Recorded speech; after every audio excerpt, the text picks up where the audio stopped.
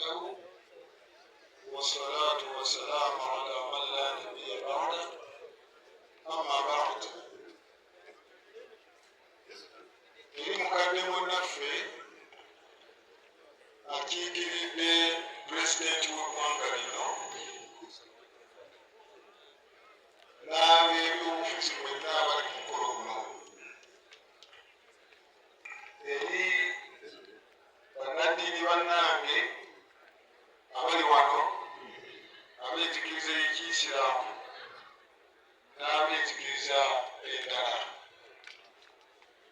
eri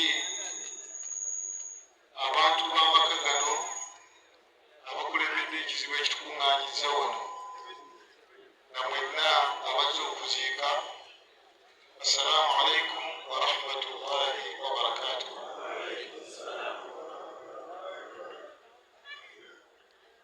Nze ndi district kaadi mukozi wa Uganda Muslim Supreme Council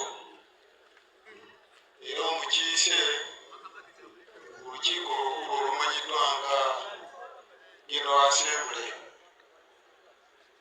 Nja kusaba bakiise bannange abali wano mukitukeko. Bano bennina be bakiise ku lukiiko olwo okuva mu disitulikiti y'e Budaka ng'era kuliko n'omukulembeze wa disitulikiti eyo amanyiddwa nga district kaadi Sheikh Muzammil Kidandayire.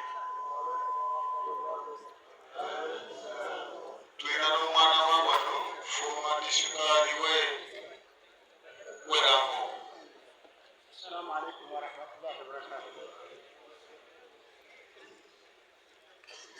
Ab'ebitiibwa, ekiseera kino ndowooza mulaba ekidaala newankubadde nga twabadde basanyufu okubeera ng'abantu bakkalivu naye omuntu akoowa. Ensonga lwaki kati ekidaala kirabika ng'ekigenda nga kisigala kyereere. Ate nga tulina omukolo omutongole ab'enzikiriza y'Ekiyisiraamu gwe tulina okukolera omugenzi nga kwe kuyimirira emabega w'ejjanaza ye tumusabire. Olwekyo mu bufunze obw'ekitalo tusaba abakulembedde ekizibu kino nga bulijjo okubeera abagumiikiriza. N'ensiima aboogedde ebigambo ebirungi nga tugenda okuwerekera muganda wange nga tufaanaganya amannya kubanze bampita Isa ate naye bamuyita Isa amannya ag'eddiini. Beebaza mwenna aboogedde ebigambo ebirungi ku muganda wange era nsaba Allah subhanahu wa ta'ala abasasulemu ekisinga okuba ekirungi. Singa nga si kuba nti etteeka ly'Obusiraamu litugaana okuziika ekiro, nandibadde ngamba nti baleete amataala mumaleyo bye mwandyagadde okwogera ebirungi ku Ssaabakaaki. Naye ate etteeka litugaana okubeera nti tuziika obudde obw'ekiro. Kaba obubaka obwa disitulikiti situbusomye nga bwe twabuwandiise olw'ebiseera, naye nga obwedda abeeyanjula wano beeyanjula n'abantu baabwe be bakola nabo emirimu mu ggwanga lino, ng'ate Isa Ssaabakaaki ali omu ku babaka baffe abaasooka okubeera nti bakiise mu lukiiko lwa Muslimu District Council ng'akiikirira ettwale ery'e Nakaruke. Waliwo ayogedde n'agamba nti Ssaabakaaki alina ebyama. Ekyo kituufu, Ssaabakaaki alina ki? Alina ebyama bye byafudde nabyo. Era singa ekiseera kibadde kimala bandyewuunyizza netwandyogedde ku Liisa kiseera kino.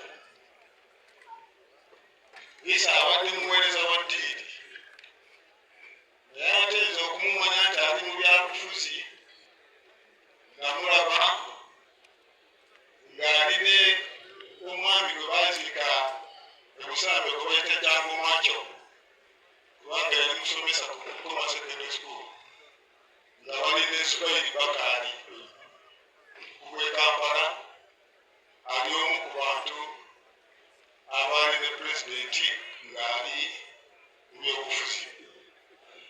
Naye ate ku ludda olwaffe abadde yali muwulize nnyo kubanga mu kiseera kye yamala ng'ali omu ku bakulira security wano twamweyambisanga ku bantu abaali batukyokooza nga tutambula naye nga bakomako babeere nga bamanya amateeka aga Uganda nga bagasaana okuba. Era nkiikira lumu twagwako naye wano ne tugenda e Tooma nga bw'omanya ebyaffe eby'Abasiraamu ebirimu kino yoyoyo oli n'amugamba nti nojja wano n'emmundu nanandedda emmundu eno erimu okulinda mmwe so tezze kubatiisatiisa mmwe. N'olwekyo Ssaabakaaki buli omu amumanyi lulwe.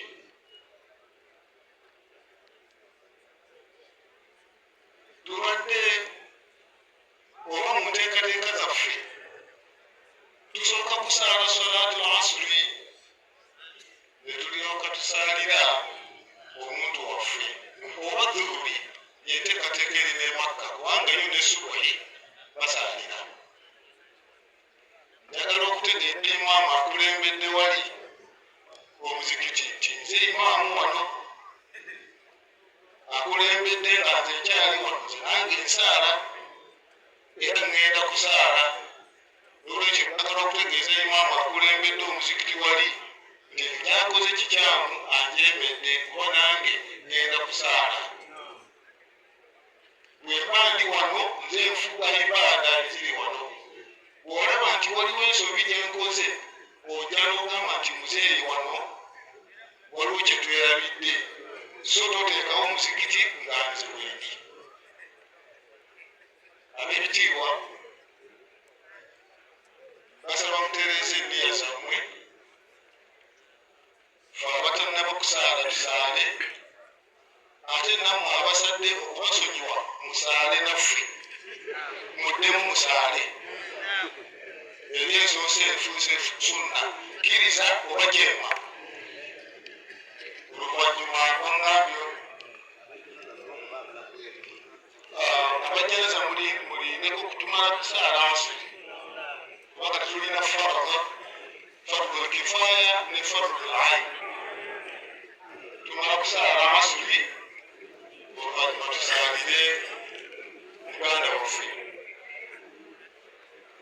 Tubeebazise nnyo omwazi Nyanguwa amanyi okuyita mu byangu.